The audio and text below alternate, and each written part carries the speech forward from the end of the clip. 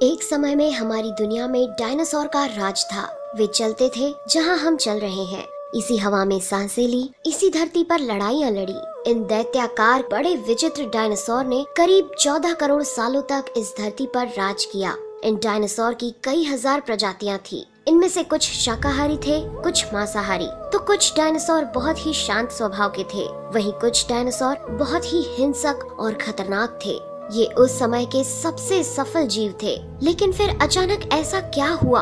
आखिर वह कौन सी घटना थी जिसने इनका नामो निशान ही मिटा दिया? इसे जानने के लिए हमें करोड़ों साल पीछे जाना होगा और डायनासोर्स के उस अंतिम दिन को करीब से देखना होगा। तो आइए चलते हैं आज से 65 मिलियन साल यानी कि 6 करोड़ 50 लाख साल पीछे। आज से करीब 6.5 करोड़ साल पहले धरती पर मौसम सामान्य था। चारों ओर सूरज की रोशनी बिखरी हुई थी। लंबे लंबे पेड़ों से टकराती समुद्र की ठंडी हवाएं और चारों तरफ डायनासोर के चिल्लाने चिंघाड़ने की आवाजें। जब ये सारी डायनासोर्स प्रजाति बड़े ही आराम से धरती पर अपना जीवन बिता रही थी, तब 10 करोड़ साल पहले ही इनकी किस्मत लिखी जा चुकी थी। 10 करोड़ साल पहले एक छोटा एस्टेरॉयड का टुकड़ा जो सुदूर अंतरिक्ष से आ रहा था, वह पृथ्वी से लगभग 20 करोड़ मील दूर मंगल और बृहस्पति के बीच बने क्षुद्र ग्रह बेल्ट में घूम रहे एक बड़े एस्टेरॉयड से जा टकराता है। इस टकराव से उस बड़े एस्टेरॉयड की दिशा बदल जाती है और वह क्षुद्र ग्रह बेल्ट से निकलकर सीधे पृथ्वी की ओर 22,000 मील प्रति घंटे की रफ्तार से बढ़ने लगता है। जब यह एस्टेरॉयड पृथ्वी से 3,84,000 किलोमीटर की दूरी पर था, तब धरती से शायद डायनासोर का अंत ना होता यदि यह एस्टेरॉयड पृथ्वी के उपग्रह चांद से टकराता। लेकिन नियति को कुछ और ही मंजूर था, इसलिए ये बड़ा एस्टेरॉयड चांद के बहुत नजदीक से गुजर गया। 40 किलोमीटर के व्यास वाला 2 ट्रिलियन मेट्रिक टन का ये एस्टेरॉयड प्रत्येक सेकंड के साथ साथ धरती के करीब बढ़ता जा रहा था। ये एस्टेरॉयड जब पृथ्वी के वातावरण के संपर्क में आया तो इसकी रफ्तार एकाएक 70,000 किलोमीटर प्रति घंटा हो गई। पृथ्वी के वायुमंडल में घुसते ही घर्षण की वजह से ये एक भयानक आग के गोले में बदल गया। ये इतनी रफ्तार से धरती की ओर बढ़ रहा था कि सिर्फ 4 मिनट में इसने अटलांटिक ओशियन को पार कर लिया। इसकी चमक इतनी अधिक थी कि धरती पर टकराने से पहले ही हजारों जीव आग के इस दहकते गोले को देखकर पूरी तरह अंधे हो चुके थे। ये जीव उस उल्का को देख नहीं पा रहे थे, लेकिन वह उसकी भयानक गर्मी को महसूस कर रहे थे। कुछ ही क्षण में ये एस्टेरॉयड मेक्सिको की खाड़ी के पास जमीन से टकराता है और लगभग 35,000 डिग्री सेल्सियस की ऊर्जा वाला एक भयंकर विस्फोट होता है।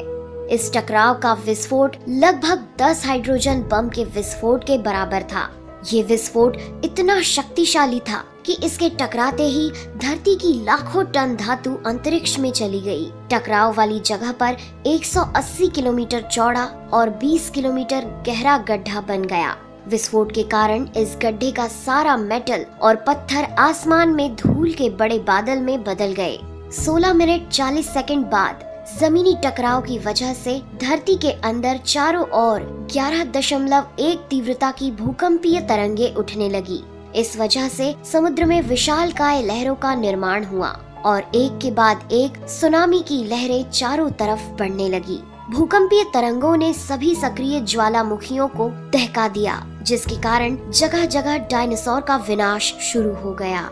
धरती के महाविनाश की प्रक्रिया आरंभ हो चुकी थी। इस भयानक विस्फोट में रेडिएशन की मात्रा इतनी बढ़ गई कि इसके 800 किलोमीटर के दायरे में आने वाले सभी जीव जलकर पूरी तरह राख के ढेर में बदल गए थे। इस महाविनाश में उड़ने वाले डायनासोर इन जमीनी खतरों से तो बच निकले, लेकिन ये तो महाप्रलय की बस शुरुआत मात्र थी। विस्फोट की वजह से जो लाखों टन मेटल, पत्थर और धूल अंतरिक्ष में गया था, वह ग्रेविटेशनल पुल के कारण ठीक 40 मिनट बाद आग के गोले के रूप में पूरी धरती पर बरसने लगे। साथ ही धूल का एक बहुत बड़ा तूफान 6000 किलोमीटर प्रति घंटे की रफ्तार से पृथ्वी के दूसरी तरफ मौत लेकर आ रहा था। ये धूल के बादल कई किलोमीटर मोटे थे, जिसकी वजह से धरती पर सूरज की रोशनी का पहुंच पाना असंभव हो गया। गर्म हवाओं का तापमान 100 डिग्री सेल्सियस से ज्यादा हो जाने के कारण धरती पर पेड़ पौधों की लगभग सारी आबादी जलकर खाक हो गई थी।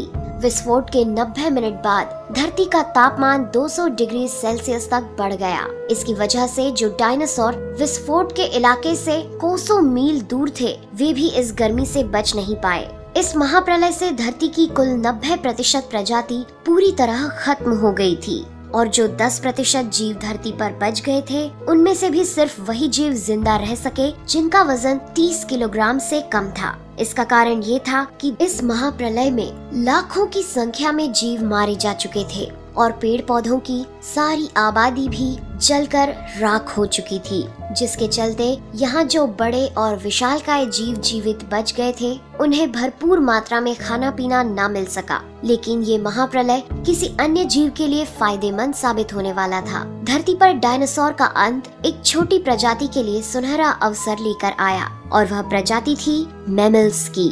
मैमल्स क्या थे, कैसे बच गए महाप्रलय से, डायनासोर के अंत के बाद इंसान कैसे और कहां से आए, ये जानेंगे हम अगले एपिसोड में। यदि आप चाहते हैं कि हम अगला वीडियो जल्द से जल्द बनाएं, तो इस वीडियो पर 2000 लाइक्स जरूर दीजिए और हमारे चैनल को सब्सक्राइब कर हमारा सपोर्ट जरूर करिए। यदि आप नए हैं तो इस चैनल पर हमारे बाकी वीडियो भी जरूर विजिट करें। साथ ही सब्सक्राइब कर नोटिफिकेशन बेल आइकन को भी जरूर दबाएं। मिलते हैं अगले एपिसोड में।